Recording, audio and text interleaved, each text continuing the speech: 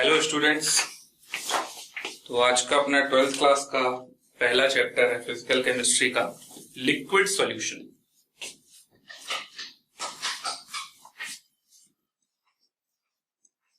Liquid solution physical chemistry का सबसे simple chapter, पहला चैप्टर। तो इसमें सबसे सिंपल चैप्टर से हम लोग स्टार्ट करते हैं, लिक्विड सॉल्यूशन से। इसलिए भी स्टार्ट कर रहे हैं क्योंकि इसमें आपको मोल कॉन्सेप्ट के कई सारे टर्म्स यूज करने को मिलेंगे जो कि आपने 11th क्लास में पढ़ रखा होगा। तो 11th क्लास में जो आपने कंसंट्रेशन टर्म पढ़ा था मोल कॉन्सेप्ट में, उसमें यहां पर न्यूमेरिकल्स में यूज होगा। तो चलते हैं liquid solution. So liquid solution होता क्या है? बेसिकली लिक्विड सॉल्यूशन में दो कंपोनेंट्स की जरूरत है। क्या क्या? एक तो है सॉल्यूट और दूसरा है सॉल्वेंट। सॉल्यूट और सॉल्वेंट से मिलकर सॉल्यूशन बनता है।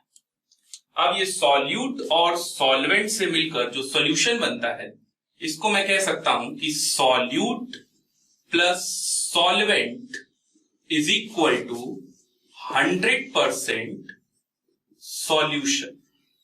Solute plus solvent is equal to 100% solution. यहां पर ध्यान देने वाली बात है कि 100% क्यों लिखा? क्योंकि आपको सॉल्यूशन बनाने के लिए सिर्फ दो ही चीजों की जरूरत है, एटलीस्ट टू, एक सॉल्यूट और दूसरा सॉल्वेंट। अभी हम ये भी देखते हैं कि सॉल्यूट क्या होता है, सॉल्वेंट क्या होता है, और इसको हम प्रूव भी करेंगे। जैसा कि आप देख रहे हो कि परसेंटेज में यह 100 है, तो अगर परसेंटेज में 100 है तो फ्रैक्शन में ये 1 आएगा, यानी कि सॉल्यूट का फ्रैक्शन और सॉल्वेंट का फ्रैक्शन इज इक्वल टू 1। ये आगे प्रूफ करेंगे। तो solute plus solvent is equal to 100% solution. अब सॉल्यूशन होता क्या है? साइंटिफिकली अगर इसकी डेफिनेशन हमें लिखनी है तो सॉल्यूशन क्या होता है? सॉल्यूशन, तो सॉल्यूशन की डेफिनेशन लिखेंगे। It is a homogeneous mixture. It is a homogeneous mixture of two or more components. It is a homogeneous mixture of two or more components which cannot be separated out by simple physical method. It is a homogeneous mixture of two or more components which cannot be separated out by simple physical method. देखिए मैंने कहा to or मोर, यहां पर solution बनाने के लिए कम से कम दो कंपोनेंट्स की जरूरत है, एक सॉल्यूट और एक सॉल्वेंट। कंपोनेंट्स ज्यादा भी हो सकते हैं, बट वन थिंग रिमेंबर, किसी भी सॉल्यूशन में सॉल्वेंट का कंपोनेंट हमेशा 1 होगा। एक से ज्यादा कंपोनेंट नहीं हो सकते सॉल्वेंट के, और बाकी जितने भी कंपोनेंट आप यूज करेंगे वो सब सॉल्यूट होंगे। इसको बड़े सिंपल एग्जांपल से मैं आपको बताता हूं। जैसे आप पानी ले लीजिए 1 लीटर। अब इसमें आपने क्या किया, थोड़ा सा सॉल्ट ऐड किया, तो पानी एक्सेस में है तो वो आपका सॉल्वेंट हो गया। सॉल्ट लेसर अमाउंट में हम यूज कर रहे हैं तो ये हमारा सॉल्यूट हो गया, और इससे बन गया सॉल्यूशन। ये NaCl का सॉल्यूशन बन गया। अब यहां पर कंपोनेंट कितने हुए? सिर्फ 2, यानी कि एक सॉल्यूट और एक सॉल्वेंट। अब अगर आपने इसमें शुगर भी ऐड कर दिया, है ना, कुछ आजकल गर्मी ज्यादा है, कुछ रसना भी ऐड कर दिया, टैंग भी ऐड कर दिया, तो ये नंबर ऑफ कंपोनेंट्स बढ़ने लगे। लेकिन ये सारे कंपोनेंट्स सॉल्यूट को बोला जाएगा, क्योंकि सॉल्वेंट सिर्फ एक ही कंपोनेंट को बोला जाएगा जो कि एक्सेस में हो।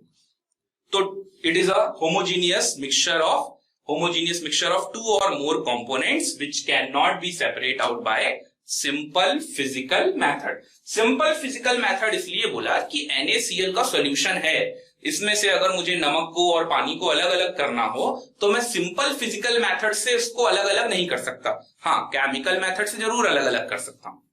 ओके, सॉल्यूशन के बाद टर्म आता है सॉल्यूट और सॉल्वेंट। तो अब ये सॉल्यूट क्या होता है और सॉल्वेंट क्या होता है, अभी अभी मैंने आपको एग्जांपल में बताया भी। Solute whose amount is present in lesser extent, whose amount is present in greater extent।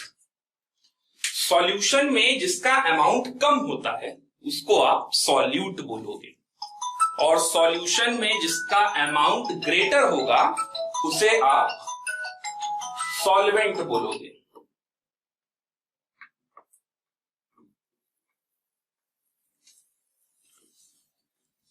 तो जिसका अमाउंट कम होगा उसको सॉल्यूट बोला जाएगा, जिसका अमाउंट ग्रेटर होगा उसको सॉल्वेंट बोला जाएगा, और इसी तरह से सॉल्यूट और सॉल्वेंट मिलकर सॉल्यूशन बन जाएगा।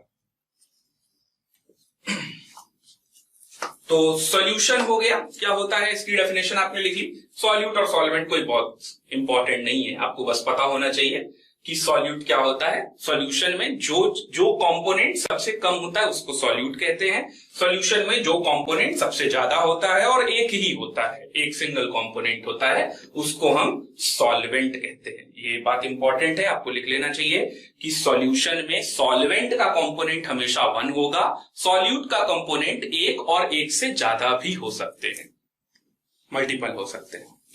ओके, तो आगे चलते हैं नेक्स्ट हेडिंग पे। अगली हेडिंग है, ये सब बिल्कुल आज पहला लेक्चर है हमारा लिक्विड सॉल्यूशन का, तो ये बेसिक सी बातें हैं जो कि आपको बिल्कुल अच्छे से मालूम होनी चाहिए सॉल्यूशन, सॉल्वेंट, सॉल्यूट के बारे में। तो नेक्स्ट हेडिंग है on the types of solution. तो टाइप्स ऑफ सॉल्यूशन के बारे में हम चलते हैं। अगली हेडिंग डालेंगे types of solution.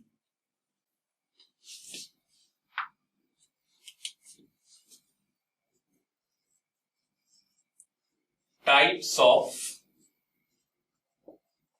Solution. Solution कितने टाइप के होते हैं ये जानना है मुझे, कि सॉल्यूशन कितने टाइप के होते हैं। कितने टाइप के होते हैं कोई बताएगा? तो सॉल्यूशन कई टाइप्स के हो सकते हैं, बहुत सारे होते हैं। तो इसको डिफाइन कैसे किया जाए? एक्चुअल में हम इसको कैटेगरी वाइज डिवाइड करेंगे। तो टाइप्स ऑफ सॉल्यूशन में